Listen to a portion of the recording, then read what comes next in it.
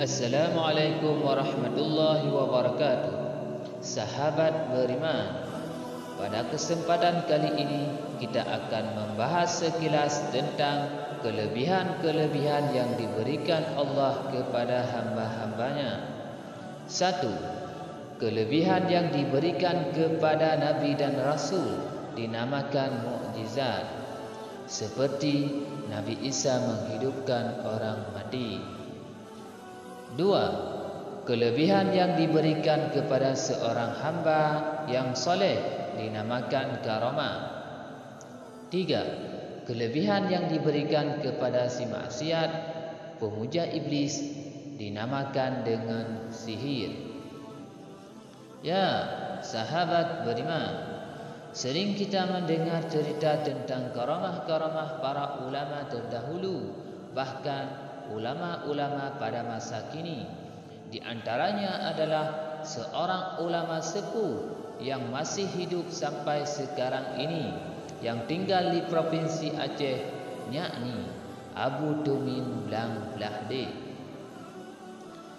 Abu Tumin adalah sosok ulama tertua di Aceh yang merupakan murid langsung dari ulama besar yang diakui kealimannya oleh para ulama dunia, dan telah mencetak ratusan para ulama, khususnya di Pulau Sumatera, yakni Abuya Syekh Mudawali Al-Khalidi.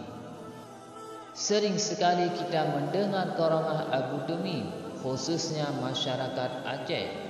Di antara karamahnya ialah tentang Abu Tumin dan motor Vespanya. Masih ingatkah kalian dengan motor yang satu ini? Ya, inilah bukti karamah Abu Tumin yang membuat polisi bertekuk lutut sama beliau. Al-Kisah, pada suatu hari sekelompok polisi sedang melakukan razia rutin di sebuah tempat. Mereka menangkap sosok ustaz yang melintas di depan razia tersebut dengan alasan tidak memakai helm.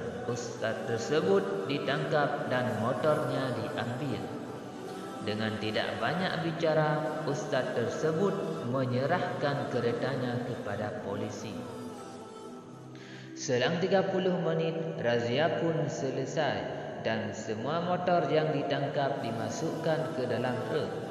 Namun, ajaibnya, truk tersebut hidup tapi tidak mau berjalan, padahal polisi sudah berusaha menjalankannya. Polisi jadi heran dan bertanya kepada masyarakat, apa ada yang bermain ilmu di sini?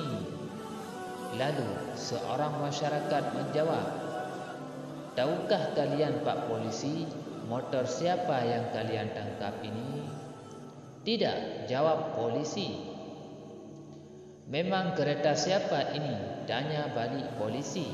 Lalu masyarakat menjawab, itulah motor Abu Tumin. Dalam keadaan heran, polisi bertanya, siapa Abu Tumin itu? Lalu masyarakat menjawab, itulah ulama yang memiliki karamah seperti yang Bapak rasakan saat ini. Mendengar pengakuan masyarakat yang seperti itu, polisi pun menurunkan motor Abu Tumin dari dalam truk. Dan ajaibnya, truk pun langsung bisa berjalan. Melihat keajaiban itu, polisi pun berbondong-bondong menghampiri Abu Tumin dan meminta maaf semaaf-maafnya. Mulai saat itulah tidak ada lagi polisi yang berani menangkap beliau, dan berita itu pun tersebar di seluruh penjuru Aceh. Inilah kisah karamah Abu Tumin dan kisah legenda Vespa. Wallahu a'lam bissawab.